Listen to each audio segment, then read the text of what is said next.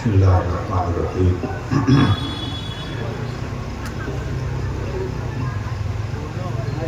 جناب صدر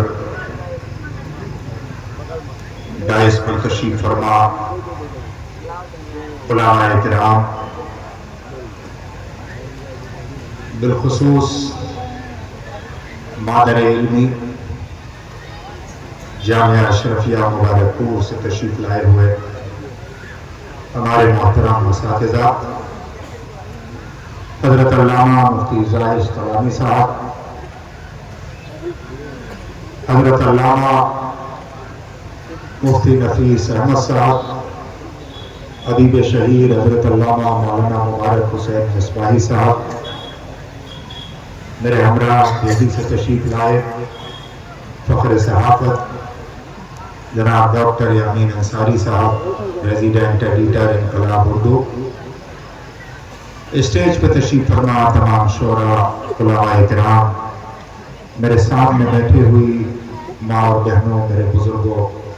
نوجوان دوستوں، السلام علیکم ورحمۃ اللہ وبرکاتہ۔ اس اجلاس کے بانی اور سرپرست ہم سب کے مخدوم گرامی، بڑے بھائی حضرت علامہ پیر طریقت سید شعیب العلیم بقائی صاحب، یہ جانتے ہیں اور بیشتر میرے احباب، اب تقریباً شاید پچھلے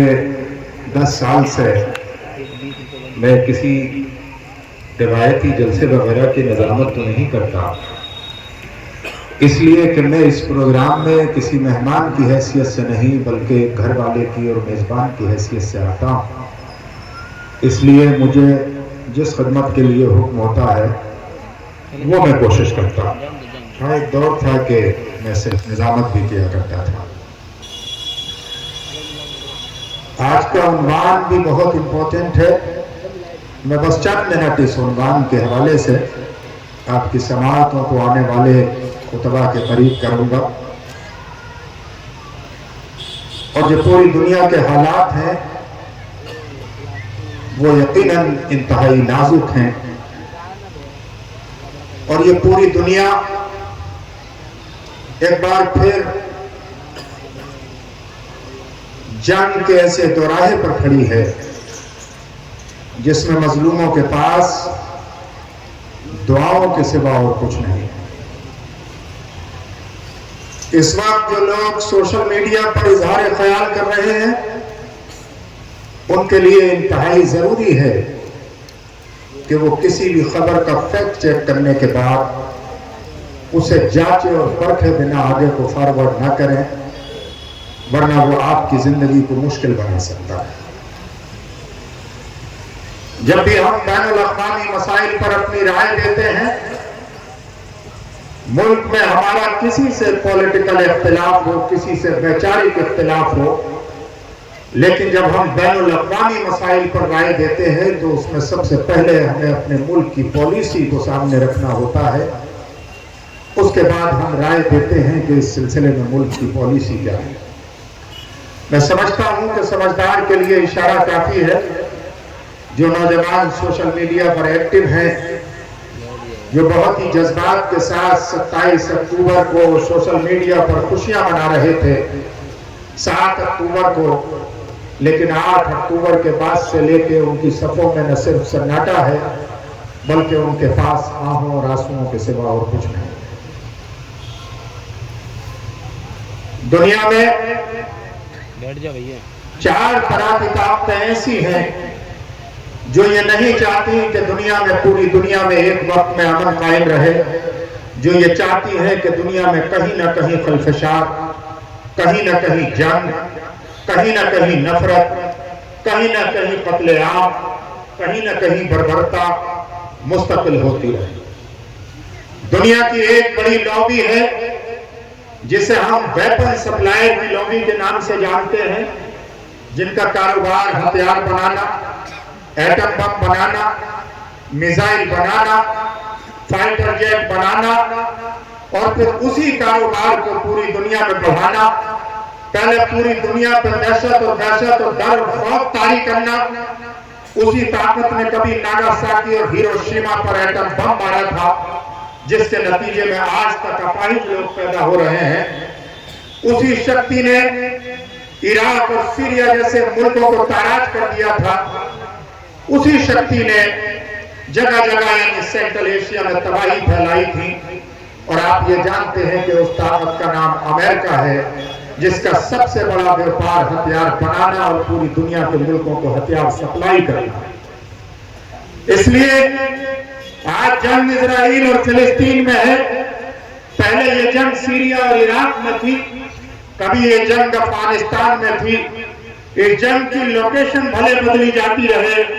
لیکن وہ طاقت نہیں چاہتی کہ امن قائم ہو اور جنگ ہمیشہ کے لیے ختم ہو جائے، اس لیے کہ انہیں اپنے ویپن سپلائی کرنا۔ وہ ویپن والی لوبی، ہمیں ہندوستانی ہونے پر یہ فخر ہے کہ ہم نے اپنی حفاظت کے لیے بھلے ویپن بنائے ہو، اپنی حفاظت کے لیے بھلے ایٹم بم اور میزائل بنائے ہو،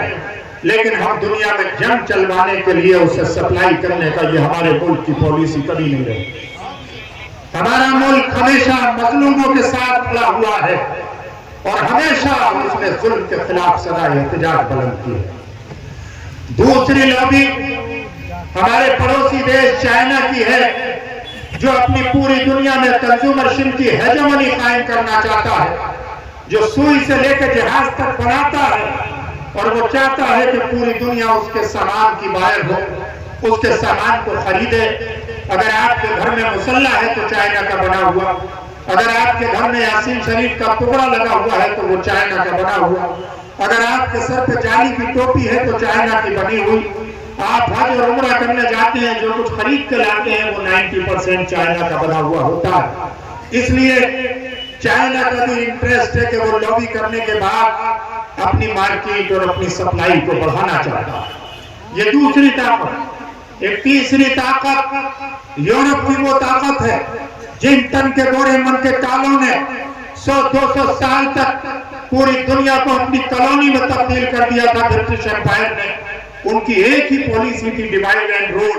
یعنی لوگوں کو تقسیم کرو اور راج کرو۔ اور جب ہمیں اپنے قربانیوں کے نتیجے میں وطن کی آزادی ملی تو وہ ظالم جاتے جاتے بھی اس وطن عزیز کو تقسیم کراتے گئے۔ وہ پوری دنیا میں ڈیوائڈ اینڈ رول کی پالیسی کے تحت لوگوں کو لڑانا،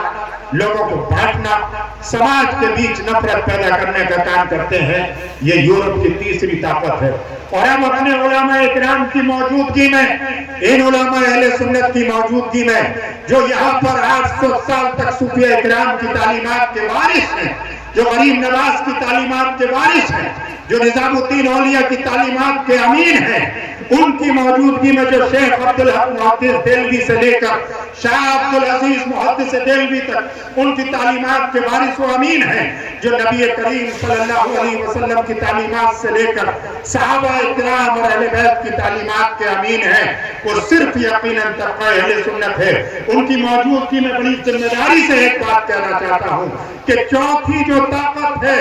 وہ اسی ملت مظلوم کے اندر ہے، جس نے اس ملت کے نوجوانوں کو گمراہ کر کے، تشدد پہ آمادہ کر کے ان کو اصلی گول سے دور کرنے کا کام کیا۔ اور اس طاقت کا نام مسلم برادرہڈ ہے، اس طاقت کے رائٹر کا نام حسن البنا ہے، اس کا نام سید قطب ہے، اس کا نام جماعت اسلامی کے بانی ابوالعلا مودودی ہے، جنہوں نے اسلام کے نام پر اس 200 سال میں کالونیل سسٹم کے زمانے میں اس طاقت کا نام محمد ابن عبد الوہاب نجدی ہے۔ چاہے سلفیت کو شروع کیا ہو، چاہے بہائیت کو شروع کیا گیا ہو، چاہے جماعت اسلامی کو شروع کیا گیا ہو، چاہے اخوان المسلمین کو شروع کیا گیا ہو، ان کا تعلق اللہ رسول کے اسلام سے نہیں ہے، بلکہ انہوں نے ایک پولیٹیکل اسلام کریٹ کیا، جس میں ایک خود ساختہ جہاد کا سپنا دکھانے کے بعد کہیں لوگوں کو غلط حدیث کا حوالہ دے کر اور غلط جگہ پر حدیث کو پلیس کر کے کسی کو غزوہ ہند کی خوشخبری سنائی اور اسے کشمیر میں اسے آگ اور خون میں دھکیل دیا۔ کسی نے پڑوسی دیش میں، کسی نے 1971 میں پاکستان کی کی آرمی کے ساتھ مل کر جو اپنے دیش کی آزادی کے لیے لڑ رہے تھے، انہیں صرف اس بنیاد پر قتل کر دیا جماعت اسلامی کے لوگوں نے کہ وہ بنگال کے مسلمان اور ہندو بنگالی زبان میں گفتگو کرتے تھے، اردو زبان نہیں جانتے۔ دنیا کا جتنا بھی فریم ورک ہے اس کو ان 4 پرسپیکٹو میں پڑھنا بہت ضروری ہے اور سمجھنا ضروری ہے، اور یہ دیکھنا کہ سوشل میڈیا پر اگر کوئی اکسانے کا کام کر رہا، اگر کوئی بھڑکانے کا کام کر رہا، دیکھیے کہیں مودودی صاحب کی تحریکوں اور تحریروں کا عاشق تو نہیں ہے، دیکھیے کہیں الجہاد سے اسلام پڑھنے والا تو نہیں ہے، دیکھیے کہیں مجاہد کی اذان پڑھنے والا تو نہیں ہے، دیکھیے کہیں حسن البنا اور کتب کی کتابیں پڑھنے والا تو نہیں ہے، اس لیے کہ انہوں نے مصر کو تباہ کر دیا تھا۔ ISIS اسی ذہن کی ایجاد تھی جنہوں نے سیریا اور عراق کو تباہ و برباد کر دیا تھا۔ طالبان اسی ذہن کی ایجاد ہے جو آج عورتوں کی زندگی کو جیتے جی افغانستان کی سرزمین پر جہنم بنا دینا چاہتے ہیں۔ ہمیں یہ فخر ہے کہ الحمدللہ 800 سال کے مسلمانوں کے ہندوستان کے اتہاس میں ہماری صفوں میں کبھی کوئی مودودی نہیں رہا، کہیں کوئی کتب شہید نہیں رہا، کبھی کوئی حسن البنا نہیں رہا، کبھی کوئی محمد ابن عبد الوہاب نجدی نہیں رہا۔ ہماری صفوں میں غریب نواز ہے، ہماری صفوں میں نظام الدین اولیاء ہے، ابو علی شاہ قلندر ہے، ہماری صفوں میں مرزا مظہر جانے جانا ہے، اور ہماری صفوں میں وہ لوگ ہیں کہ جو اپنے دیش سے بھی محبت کرتے ہیں اور دیش میں بسنے والے لوگوں سے بھی محبت کرتے ہیں، جو مذہب کی بنیاد پر نفرت نہیں کرتے، جو جنڈر کی بنیاد پر نفرت نہیں کرتے، جو ذات کی بنیاد پر نفرت نہیں کرتے، جو سلسلے کی بنیاد پر نفرت نہیں کرتے، جو مسلک و مشرب کی بنیاد پر نفرت نہیں کرتے، یہ وہ صوفیہ اکرام کا طبقہ ہے، اور یہی وہ اہل سنت و جماعت کا طبقہ۔ اس لیے اب میں آج کے ٹاپک کے لیے مبارکباد پیش کرتا ہوں مخدوم گرامی حضرت پیرزادہ سید صہیب العلیم بقائی صاحب۔ یہ بھی ایک اجلاس کی انفرادی خصوصیت ہے، ذکی بھائی جیسے لوگ شامل، کہ یہاں پر ہر 2 سال میں جو اجلاس ہوتا اس کا ایک ٹاپک ہوتا، کبھی وہ سیرت رسول پر ہوتا، کبھی وہ حضرت مولا علی کے نام پر ہوتا، کبھی وہ حضرت فاطمہ کے نام پر ہوتا، کبھی وہ امام حسن کے نام پر ہوتا، کبھی وہ امام حسین کے نام پر ہوتا، کبھی وہ امام زین العابدین کے نام پر ہوتا، کبھی وہ حضرت زینب کے نام پر ہوتا، اور اس بار وہ حضرت امہات المومنین کے نام پر۔ اس لیے کہ آج پوری دنیا یہ الزام لگا رہی ہے کہ مسلمان اپنی خواتین کو حق نہیں دینا چاہتے، مسلمان خواتین کی آزادی کے مخالف ہیں۔ ارے اسلام نے تو خواتین کی آزادی کے دروازے 1400 برس پہلے اس وقت کھولے ہیں جب سماج میں عورت کے لیے کوئی جگہ نہ تھی، جب سماج میں بیوہ کے چہرے کو دیکھنا پاک سمجھا جاتا تھا، جب سماج میں کسی بیوہ عورت کو اور بیٹوں کو جنگل میں پھینک دیا جاتا تھا، جب سماج میں بچی پیدا ہونے پر اسے زندہ درگور کر دیا جاتا تھا، اس وقت میرے نبی کریم صلی اللہ علیہ وسلم اس دنیا میں اعلان نبوت سے پہلے 25 سال کے شباب میں اپنے سے 15 سالہ بڑی عورت 40 سال کی عورت سے جو دو شوہروں سے بیوہ تھی، حضرت خدیجہ جن کا بڑا احسان ہے نبی کریم صلی اللہ علیہ وسلم کے مشوروں پر پورے مومنین پر، ان سے نکاح فرماتے ہیں، اور جب تک وہ زندہ رہتی ہیں دوسرا نکاح نہیں کرتے، اور زمانے کو یہ میسج دیتے ہیں کہ آپ بیواؤں کو حقارت کی نظر سے نہیں دیکھا جائے گا۔ حضرت زید بن حارثہ کی مطلقہ سے نکاح پڑھ کر یہ زمانے کو میسج دیتے ہیں کہ آپ مطلقہ سے نفرت نہیں کی جائے گی۔ حضرت فاطمہ کے لیے کھڑے ہو کر اور اپنی کالی کملی ان کے لیے بچھا کر زمانے کو یہ پیغام دیتے ہیں کہ بیٹا اور بیٹی میں امتیاز نہیں کیا جائے گا، بلکہ جو تمہارے لیے بیٹی ہے اس کا احترام اگر کرنا ہے تو حضرت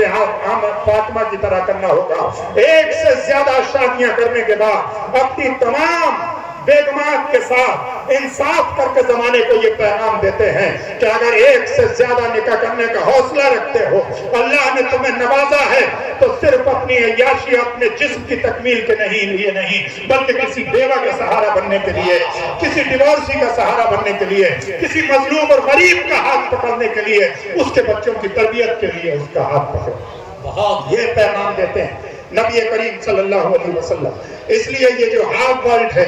جو لوگ اپنی بیویوں کے ساتھ انصاف نہیں کرتے، جو لوگ سوشل میڈیا پر دنیا بھر کی عورتوں کے ساتھ طرح طرح کے فلیک کرتے ہوئے نظر آتے ہیں، جو نوجوان اپنے گھر میں جا کے اپنے ماں باپ کے ساتھ بیٹھ کے ان سے اچھی طرح بات نہیں کرتے، جو اپنے بہن بھائیوں کو اپنا اچھا دوست نہیں بناتے، جو اپنی بچیوں سے شفقت نہیں کرتے، جو اپنے بچوں کے اور اپنے پریوار میں ٹائم اسپینڈ نہیں کرتے، یقین مانیے کہ وہ اسلام کے صحیح راستے پر نہیں۔ آج اس سوشل میڈیا یہ آپ کے لیے فائدہ مند بھی ہے کہ آپ یہاں بیٹھ کر منٹوں میں پوری دنیا کی خبر ایکسس کر لیتے ہیں، لیکن نقصان دہ بھی ہے کہ دو لوگ ایک ساتھ سفر میں بیٹھے ہیں، گھر میں ایک ساتھ بیٹھے ہیں، ہر انسان اپنے اپنے ٹیلی فون میں کھویا ہوا ہے۔ خدا کے لیے اپنے چھوٹے بچوں کو اس ٹیلی فون سے دور لاؤ، یہ آپ کی سائیکولوجی کو، آپ کے بچوں کو مینٹلی ڈیزاسٹر کرنے کے لیے جا رہا ہے۔ آپ کے بچوں کو کے اندر اتنا اریٹیشن جو مینٹل آج پیدا ہو رہا ہے وہ اسی ٹیلی فون کے بیجا استعمال کی بنیاد پر ہو رہا ہے۔ اس لیے اپنے بچوں کو کتابیں پڑھنے کا عادی بناؤ، اس لیے کہ کتاب میں پڑھا ہوا علم آپ کے ذہن میں محفوظ رہتا ہے، گوگل کے ذریعے ایکسس کیا ہوا علم آپ کے دماغ میں محفوظ نہیں رہتا۔ اپنے جب گھروں میں بیٹھو تو اپنے گھروں میں بیٹھنے کے بعد جو وقت آپ ٹیلی فون پر دیتے ہو وہ وقت اپنے ماں باپ کے ساتھ گفتگو میں دیا کرو، اپنے بہن بھائیوں کے ساتھ گفتگو میں دیا کرو، اپنے بچوں کے ساتھ گفتگو میں دیا کرو، اور جو اچھی اور خوبصورت گفتگو آپ سوشل میڈیا کے حوالے سے دنیا بھر کی لڑکیوں اور عورتوں سے کرنا چاہتے ہو وہ گفتگو اپنی بیوی سے کیا کرو، وہ گفتگو اپنے گھر کی عورتوں سے کیا کرو، وہ احترام اپنے ماں باپ کا کیا کرو۔ اس لیے ورنہ اس جلسے میں آنا آپ کو فائدہ نہیں پہنچائے گا جب تک آپ کا کردار نہیں بدلے گا، اور جس دن آپ کا کردار اچھا ہوگا۔ آج اگر ہم مارے جا رہے ہیں، آج اگر ہم ستائے جا رہے ہیں تو صرف اس بنیاد پر، اس لیے کہ یہ تو قرآن کا فیصلہ ہے، اذا جاء اجلهم لا يستأخرون ساعة ولا يستقدمون۔ جب موت آئے گی تو نہ ایک سیکنڈ پیچھے ہٹ سکتی ہے نہ ایک سیکنڈ آگے بڑھ سکتی ہے۔ اس لیے جس کی جتنی عمر ہے، اگر کربلا میں 6 مہینے کے معصوم ننھے علی اصغر شہید ہو سکتے ہیں تو اگر آج کچھ بچے شہید ہو رہے ہیں تو ان بچوں کے اوپر بھی شاید ان کا سفر یہیں تک تھا۔ اس لیے ایسے موقعوں پر صرف دعا کرنے کی ضرورت ہے کہ اللہ رب العزت مسجد اقصی کا تحفظ فرمائے، قبلہ اقدس کا تحفظ فرمائے، اور وہ اللہ کا گھر ہے اور اس کا حفاظت کرنا ہمارے آپ کی جرأت اور بساط کی بات نہیں ہے، وہ صرف اللہ ہی کی طاقت اس کی حفاظت کر سکتی ہے۔ اس لیے اپنے وطن سے محبت کیجئے، اپنے وطن میں رہنے والوں سے محبت کیجئے، محبت کی باتوں کو آگے بڑھائیے، نفرتوں کی باتوں کو آگے مت بڑھائیے، اس لیے کہ نفرتیں، نظام الدین اولیاء نے کہا تھا کہ اگر دنیا نفرتوں کے کانٹے بچھاتی ہے تو تم اس کے جواب میں محبتوں کے پھول بچھاؤ۔ جگر نے کہا تھا کہ ان کا جو فرض ہے وہ اہل سیاست جانے، میرا پیغام محبت ہے جہاں تک پہنچے۔ نبی کریم نے 1000 ستائے جانے کے باوجود کبھی اپنے دشمنوں کے لیے ان پر ظلم کرنا تو کجا، انہوں نے کبھی بد دعا بھی نہیں کی، اس لیے کہ اسلام has never permitted any kind of offensive war except defensive war۔ اور پھر ڈیفینس بھی کیسا کہ ڈیفینس میں کسی عورت پر حملہ نہ کیا جائے، کسی بوڑھے پر حملہ نہ کیا جائے، کسی بچے کو نشانہ نہ بنایا جائے، دشمن کی پراپرٹی کو نشانہ نہ بنایا جائے، اور اگر کوئی صلح کے لیے تیار ہو تو ہتھیار ڈال کے اس سے صلح کر لی جائے۔ اس لیے اسلام نے جنگ کے بھی اصول دیے ہیں، اسلام نے امن کے بھی اصول دیے ہیں، اسلام نے تجارت کے بھی اصول دیے ہیں، اسلام نے زندگی کے بھی اصول دیے ہیں۔ اسلام کی تعلیمات کو اپناتے جاؤ گے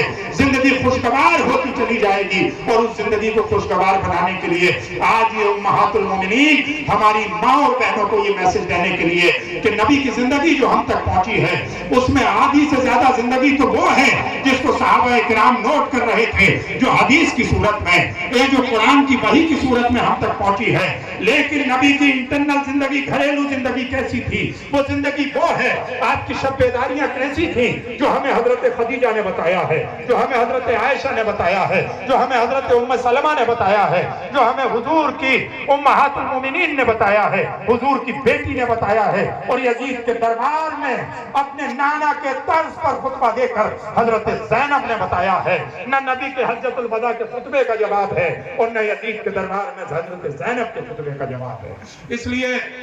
ہمیں امہات المومنین کی زندگی کو اپنانا چاہیے۔ اسلام ہماری ماں و بہنوں کو تجارت کرنے سے نہیں روکتا، تعلیم حاصل کرنے سے نہیں روکتا، کوئی ڈفریشینٹ نہیں کرتا۔ اگر کوئی آپ سے یہ کہتا ہے کہ لڑکی کو تعلیم کم سکھائی جائے لڑکے کو زیادہ، وہ غلط ہے، اسے دین کی دوبارہ اسٹڈی کرنی چاہیے۔ ہم نے مذہب کو دین سمجھ رکھا ہے، قرآن نے کوئی ڈفریشینٹ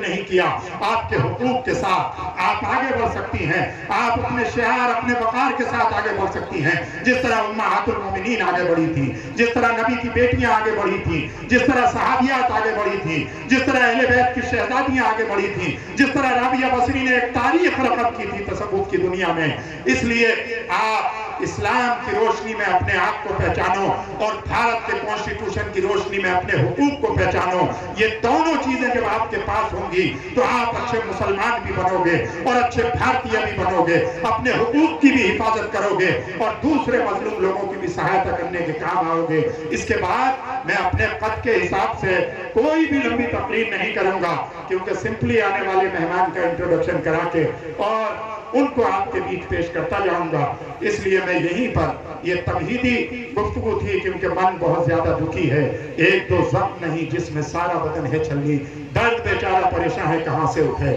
اس میں آپ کو اپنے عمل کی سپیڈ بڑھانا ہے، اپنے عمل سے رشتہ جوڑنا ہے اور اپنی دعاؤں میں، اس لیے کہ صرف دعائیں ہی مظلوموں کے کام آ سکتی ہیں۔ یہ سوشل میڈیا پہ میسج فارورڈ کرنا، یہ سوشل میڈیا پہ غصہ دکھانا، یہ سوشل میڈیا پہ خالی جذبات دکھانا آپ کے لیے مشکل تو پیدا کر سکتے ہیں، کسی مشکل والے کو باہر نکالنے کے لیے کوئی عملی کام نہیں کر سکتے۔ اس لیے اللہ کی بارگاہ میں گڑگڑائی ہوئی وقت امتحان ہے، اللہ کی بارگاہ میں دعا کیجئے اپنے لیے بھی اور اپنے ملک کے لیے بھی اور تمام سماج کے اور انسانیت کے لیے کہ اللہ رب العزت اس پوری انسانیت کو حفاظت فرمائے اور پوری دنیا میں امن و شانتی قائم فرمائے، اور پوری دنیا میں اور جو ہماری مائیں اور بہنیں ہیں اللہ رب العزت ان کو آگے ان کا جو سفر ہے وہ انتہائی بلند ہو۔ اپنی بیویوں کے ساتھ انصاف کریے، اپنی بیٹیوں سے محبت کریے اور جن چیزوں سے مذہب نے روکا ہے ان سے روکیے اور جن کی تبلیغ دی ہے ان کے ساتھ آگے بڑھیے،